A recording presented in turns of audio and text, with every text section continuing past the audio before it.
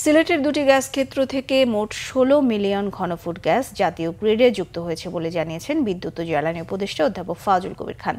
শুক্রবার সিলেটের কৈলাসটিলা গ্যাসকূপ পরিদর্শন শেষে তিনি এমনটা জানান। এ সময় তিনি আরও বলেন, যেসব এলাকা থেকে গ্যাস উত্তোলন করা হয় সেসব এলাকার মানুষের জন্য এখন থেকে স্বল্প মূল্যে সিলিন্ডার গ্যাস সরবরাহ করা হবে। তবে বাসাবাড়িতে লাইনের গ্যাস সরবরাহ করাকে নিরুৎসাহিত করে উপদেষ্টা বলেন, বাসাবাড়িতে গ্যাস সংযোগ করা কোনোভাবেই সম্ভব নয়, কারণ এতে খরচের পরিমাণ বেড়ে যায়। সিলেটের কৈলাসশিলা ও সিলেট গ্যাস ফিল্ডের ওয়ার্কওভারের কাজ পরিদর্শনকালে উপদেষ্টা আরও বলেন, আগামীতে বাসাবাড়ির গ্যাস সংযোগ কমিয়ে সাশ্রয়ী মূল্যে যাতে সিলিন্ডার গ্যাসের ব্যবহার বাড়ানো হয় সে ব্যাপারে কাজ করবে সরকার।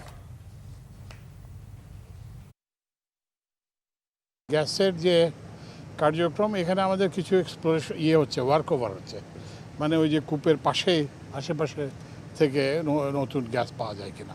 তো অলরেডি সাকসেসফুল হয়েছে। কত পাওয়া গেছে অলরেডি? 8 মিলিয়ন। একটা ওই যে এখানে কৈলাসের সাথে 8 মিলিয়ন পাওয়া গেছে এমএমসিউডি। আরেকটা আমরা করব, শুরু হচ্ছে, কাজ হচ্ছে। তো ওইখানেও আমরা আশা করতেছি 6-7 এরকম আমরা পাবো।